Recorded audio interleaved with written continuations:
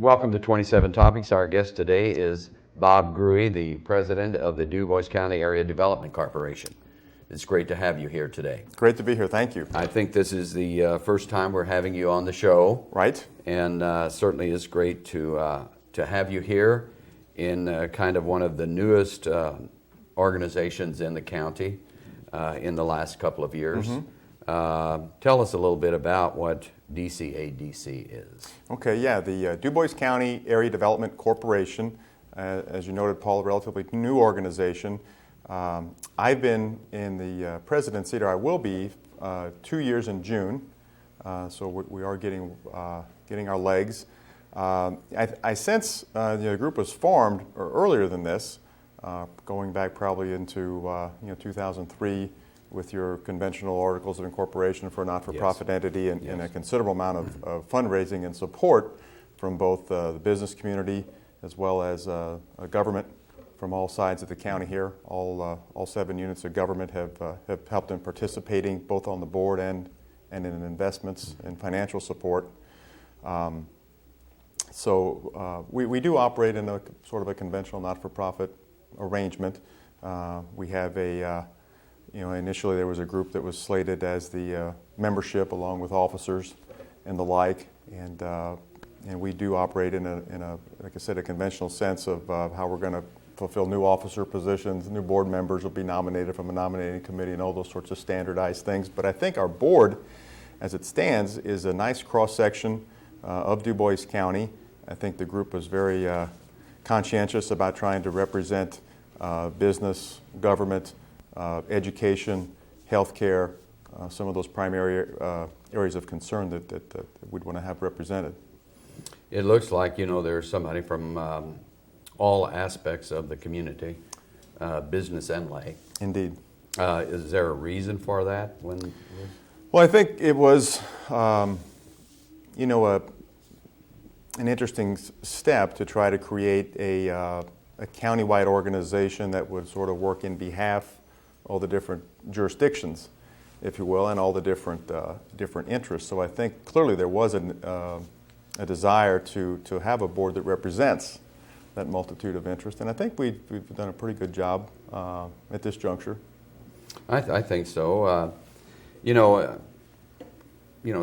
People wonder why it was organized. I know, there's a lot of influence from foreigner businesses now.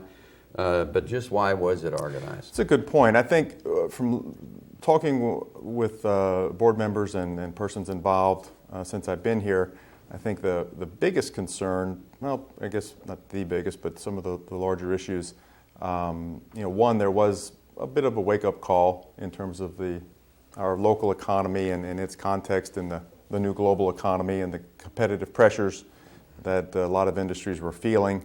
And if we weren't feeling them here, we were watching places like North Carolina and other sort of similar sized communities that focused on the wood manufacturing, office furniture industry as a core area, facing some incredible competition that was unprecedented, seemingly.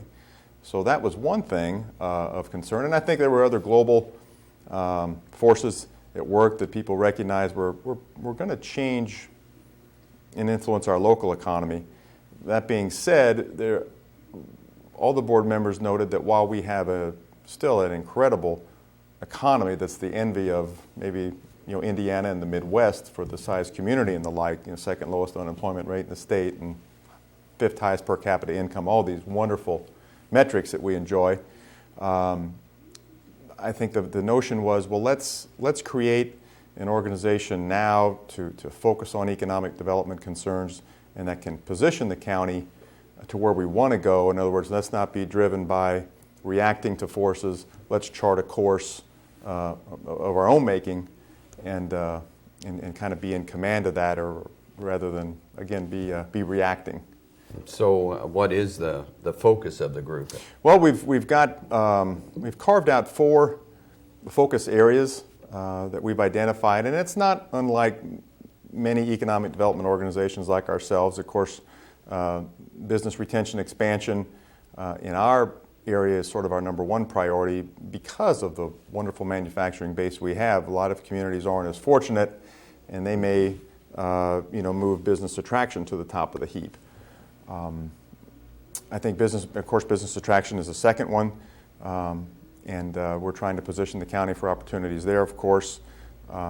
We also included agriculture, and we found in just digging a little deeper there the incredible amount of economic benefit that our agricultural industry brings to the county.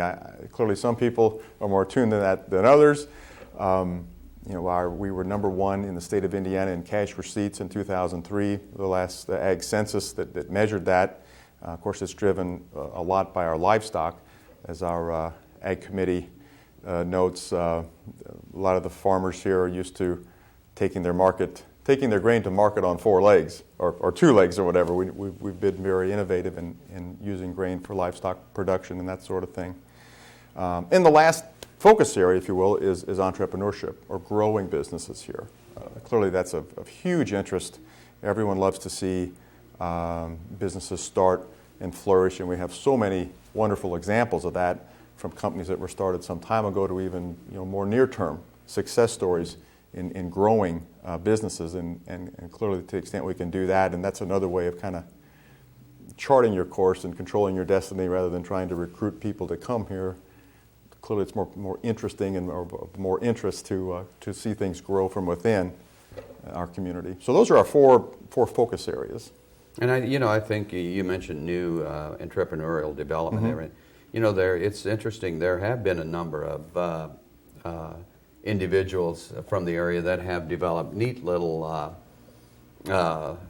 corporations and seem to be growing. I mean, that's been in the news here lately. Indeed. About the accomplishments. I think that is something to be really proud of. It is, and matter of fact, when we get out of Dubois County and there's discussion about how do you foster entrepreneurship, a lot of folks will lean toward me and ask, well, how does Dubois County do it? We see all the economic activity and new economic activity on various scales, from mom and pop to folks that have taken that to significant levels, and it is kind of tough to put your finger on. I think a lot of it goes back to our work ethic and culture and the values that we have as a community. But clearly we've got some recipe, something going on in our county, and of course we're trying to supplement that where we can to continue to foster that. And I think the one of the ingredients is the support from the community. It seems like when the new businesses start, may start slow, but it seems like the community always would like to see it successful. I think that shows up in, I'd agree. In what's going on.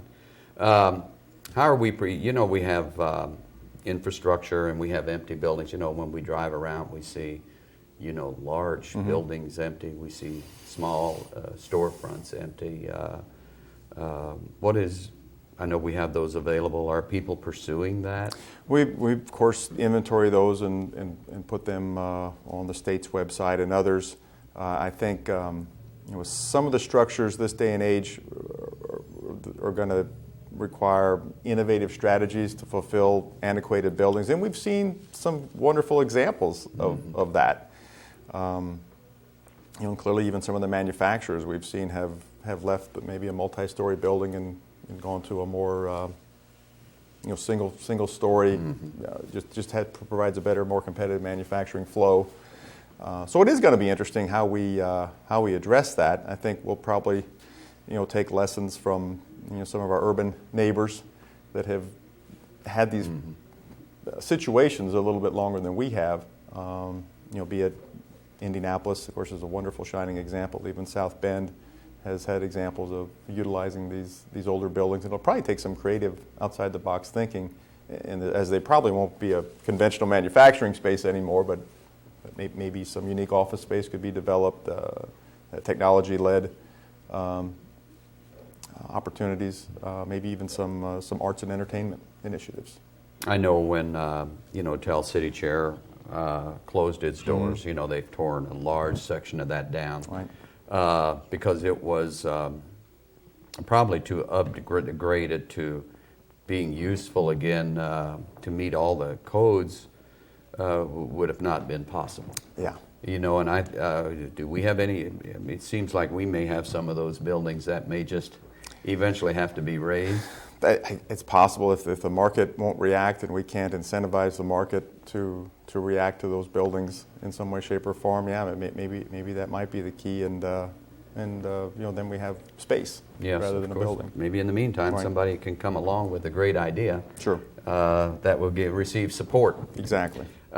You recently traveled with the Indiana Economic Development Corporation to Germany, and what was the purpose of that trip? Well, we were named a delegate to the Indiana Economic Development Corporation, the state lead entity for economic development, as a delegate for this trade mission. There was about, I think 10 of us from across the state that went on that trip. It was initially for to attend the Bio trade show, which is basically the large worldwide association for life science and related concerns. The show was there in Dusseldorf, in one of the largest exhibition halls in the world. It was very interesting to be in such a large venue, and it clearly gave you a sense of the incredible amount of competition to lure investment in that life science arena. I think most folks are seeing that as one of the prize investments you can capture as a community, as we're all going to, life science, medical science is going to be a huge driver. There's always going to be demand for those products and services. So it was interesting to be with the state, and of course we talked to a lot of people, and you share a lot of leads, and like a lot of trade shows, you're not sure what's going to come of it, but you work it hard and learn from it. While we were there, we also had the occasion to go south to Oberkochen and visit with the headquarters of a local company, Lights Tool, and that was very interesting to see just a little bit how corporate Germany, how they go about business and their values and their corporate cultures, and some editorial comment on how they see our way of doing business. So it was very, very helpful, very interesting. It'd be interesting. What was the editorial comment about the way we do business compared to they do? I think just some comments, maybe the timelines that we might look at from a business perspective. They might look a little longer. They may return on investment. They may look a little longer. I think they perceive some of ours as being a much shorter term in terms of investment and the return on that. They also, of course, the Germans, they talk about the quality and precision and these sorts of things. And being a tooling company, of course, they were very keen on those concepts and those values. And they shared, the fact that they think it would be of interest and of value, a future trades mission, that maybe we'd visit maybe even some of the woodworking facilities over there. And maybe just for some perspective, yes, and the like. So it was all good. It was very good. So, what is your take on the trip then as a group? It was very helpful. I think in the future, we will, if we participate in these events in the future, the things the state set up are very helpful, but I think we'd want to continue to look for side events or specific events of interest to Dubois County. If it might be visiting some wood factories or talking to suppliers or looking for more business-to-business opportunities. That was kind of the takeaway from us, that while these are great, you always got to do your own work on the side. Of course, we have a good relationship with Poffenweiler. Yes. And several other communities around here with German communities. Indeed. I think that's to our benefit, especially for the community of Jasper. Recently, there was an announcement on a technical assistance program grant and the possibility of Purdue program starting up here at the Vincennes Jasper campus. Right. Can you tell us a little bit about that? It's just a wonderful opportunity that just really came together quickly. The Jasper Chamber noted a new tap office being set up in Rising Sun, Indiana, and I think a few phone calls were made about, hey, well, just inquiries, might we do something like that here in Jasper? And of course, Purdue's been working in the Jasper arena region for a number of years with the Southern Indiana Network of Advanced Manufacturing, the chamber set up years ago, and continues to flourish. So clearly Purdue had an interest, and then of course it came down to funding, and basically Purdue positions a project such that there's an initial 3-year startup where they would have all the funding in place to keep the shop open for 3 years, or the field office. After that time, their experience has been that they'll be self-sustaining after that. In other words, there'll be enough work in a contract basis with regional companies to help sustain that. Our office was incredibly interested in this opportunity and pledged a third of the funding necessary. And then we also went to our friends in a recently created region around Orange County in the casino, where X% of funding was set aside for regional economic development initiatives. And we shared the idea with our other 5 counties, and clearly they would also be able to access these services from Purdue. And so they agreed to the other third, and Purdue brings another third in. And all those thirds, it's $150,000 per partner. And of course, Dubois County, we felt like with the our manufacturing base far and away outweighs any of the partners. We'd clearly be maybe the principal consumer of these services from Purdue, that we could see our way to be a singular investor as well. And yes, I mean, at Vincennes University, having this Purdue presence, I think everyone is extremely excited. Already I think there's discussions about what further initiatives might we be able to leverage from Purdue now that we've got sort of a footprint on campus here. I think there's certainly when you see Purdue's extension in these type of areas, they've all seemed to grow and advance more, and I think with the initiative here and the local input and the success of getting it here, certainly will be the same here, it would seem like. I'd agree. I think our industries are positioned for this, and clearly there's a track record of engagement already. You're right. Should do very well. Who are the 5 counties? You mentioned Dubois and the adjoining 5 counties that we're working with as a region.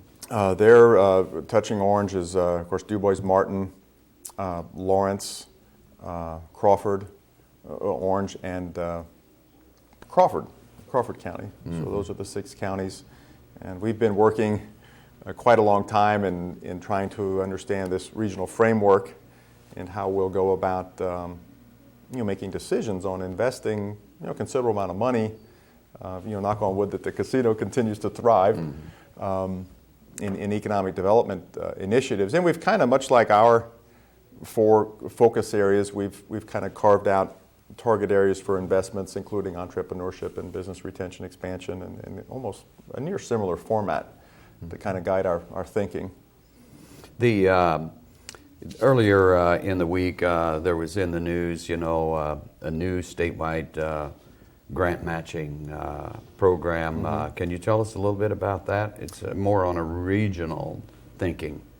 Indeed. I think the state of Indiana is very much interested in furthering resources, if you will. A very, straightforward way of doing that is doing things on a scale, on a larger scale, and I think this regional initiative speaks to that they're clearly trying to incentivize communities, counties to consider how can they work together to maximize their economic development efforts. There's been a lot of talk in the past, but clearly the state is putting their money where their mouth is, not just talking it, but wanting to help people get there. Interestingly enough, our group of the gaming region, if you will, since we've got state money, we can't use that to match this program, but I think we might find other regional areas that we're involved with that we could possibly see benefit from this program.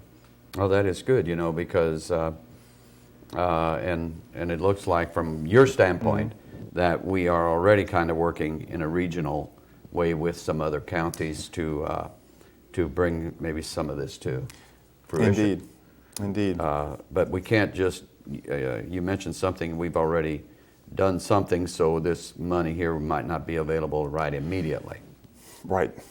And that's because of what you mentioned earlier, I guess? Well, yeah, in terms of using our gaming revenues to match this program. But there are other interests. For instance, we're continue our dialogue with the counties around Crane, and there's been a number of initiatives specifically more on the ground near Crane, but I think there's some other kind of more regional initiatives that we might be involved with. And also in the Evansville region, we're involved in the workforce development region there, and that region just received a $5 million grant from the Department of Labor, and we'll certainly be involved in how that money is utilized for workforce concerns. And for instance, that federal money we could possibly use as match and engage this new program. It's really interesting. You mentioned the Crane thing. There's a lot of investment going into that new park. Right. And the interesting thing about that new park is that one of the major people in that development is from Holland, Indiana. Is that right? Yes, Interesting. an attorney in Indianapolis, but from Holland. So I always, watch what Steve does, and certainly he's involved in that. I see. So it's interesting that, when you brought that up, I thought, probably people here do not realize that that's one of those people is a Dubois County native. I'll be. And makes us proud. Indeed. Coming back to Crane and taking some land and trying to develop it. What are some of the things that, from your office are we working on? You've mentioned some. You may want to reiterate some of those that you're working on now to develop. Sure. Maybe I did mention that $5 million wired grant from the Department of Labor that stands for Workforce Innovation for Regional Economic Development. The Evansville region, 9 counties, basically from Posey to Perry, Dubois over to Knox, that corner of the state. We've been awarded this grant. We had an Assistant Undersecretary of Labor in town 2 weeks ago and sort of shared our concept with her, and she gave us some good feedback to kind of help us continue on this path.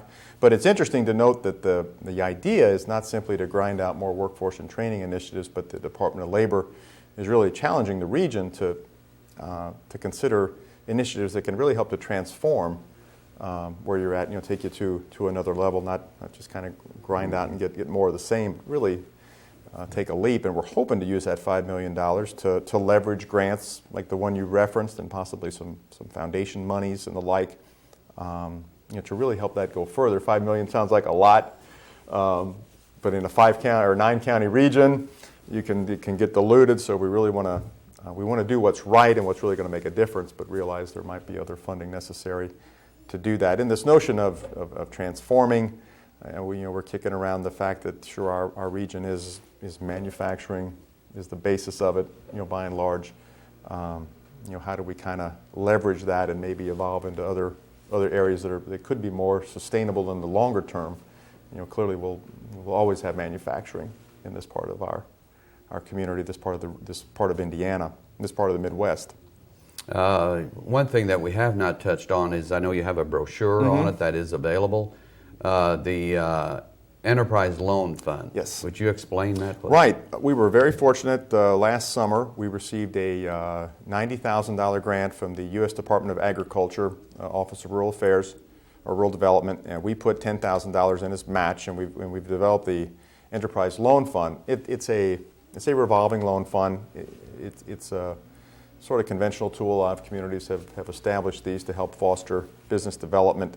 Some communities have done such that they sort of become a bank, if you will, and do micro-lending to startups. We position this to help leverage private capital. So some of our guidelines, for instance, we would put in maybe $1 for every $2 of other money. So we don't want to be the bank. We want to help the bank or other lending institutions do deals that they might not be able to do otherwise. We would call it in the program, we're the gap financer. where there's a business proposition and the bank can come in at X and friends and family at Y, but Z is still the gap. We could possibly pledge this money to help fill that gap, and the program's designed to be flexible to the business needs. We can maybe go a little lower on the rate, maybe a little longer on the term, sort of try to do whatever is necessary to make the project whole and be able to move it forward. Is this a low interest loan? It can be, and I suspect most of the loans will be probably a little bit below the going rate, just by the standpoint of it's the gap, and we can take maybe a second position on a piece of equipment that maybe other institutions just wouldn't be in a position to do. So again, it's meant to be that very flexible part of a project that can maybe help put that last piece in the puzzle. We've had some applications, but we're still waiting to do a deal, if you will. And apparently, it's not uncommon. Startup programs like this, they do take a while to get the information out to the communities. Of course, the lenders have been great. We've been able to go in and speak with their staff and share this, because it is a little different. It's not conventional lending, so you kind of got to take one hat off and put on a different hat. We've got all the lenders involved in a Enterprise Loan Fund Board. It's kind of a subset of our DCADC. Well, I think have funding and those kind of things, such like as this, available is great. It's great for the community. Right, and I think we're clear. It's going to have value down the road. As a matter of fact, we've even just come to our attention even some markets we hadn't thought of. For instance, the arts and entertainment market. We have lots of budding artists and who are not just hobby, but some of them it's an enterprise, and so that's kind of another market away from what we think of as kind of a manufacturing or a retail business. There's lots of other environments that we might be able to capitalize on. And we've also, our website, we've tried to categorize or catalog business resources. We went to the library and just inventoried all the books in the county on business, so that someone could quickly take a look and see if that's there. And there's just multiple listings on the internet, resources from the state, federal government, foundations, and we sort of put those links in there to try to help save people some time to get to these resources. Bob, I hate to tell you, I mean, our time is up. All right. Don't mean to interrupt, but the man is telling me our time is up, and I really appreciate having you our guest, Bob Grewe, President of the Dubois County Area Development Corporation. Thank you.